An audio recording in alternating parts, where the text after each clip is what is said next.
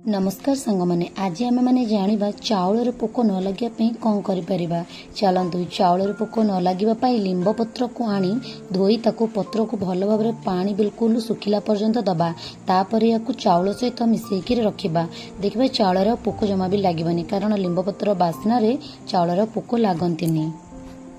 Next होची माछ भाजुवा समय जदि माछ तावारे लागी जाउथाए एवं भांगी जाउथाए तेबे तावा को अल्प समय ठंडा करी माछ लेउटाइले माछ आउ भांगी न थाए। नेक्स्ट उपायटी होची पियाज रसुण को काटिबा पूर्वरु पियाज को पानी रे किछि समय भिजाई काटंतु एहा द्वारा आखि जलापड़ा होई न थाए आउ रसुण को पानी रे भिजाई काटिबा द्वारा रसुण चोपा अति सहजरे बाहरी जाई थाए।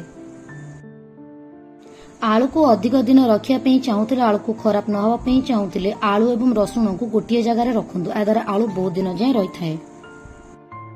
नेक्स्ट होची गरम दिन में जदि बरफ शीघ्र फ्रिज रे जमाइबा चाहूचंती तेबे फ्रिज रे उषुम गरम पानी को बरफ लगी व्यवहार करंतु कारण गरम पानी साधारण पानी अपेक्षा शीघ्र ठंडा होइथाए।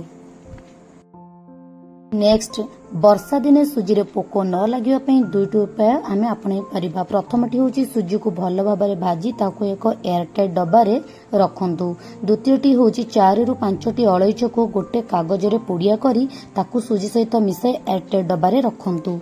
वीडियोटी आपण मानको भल लागितले गोटे लाइक शेयर निश्चित करंतु। धन्यवाद।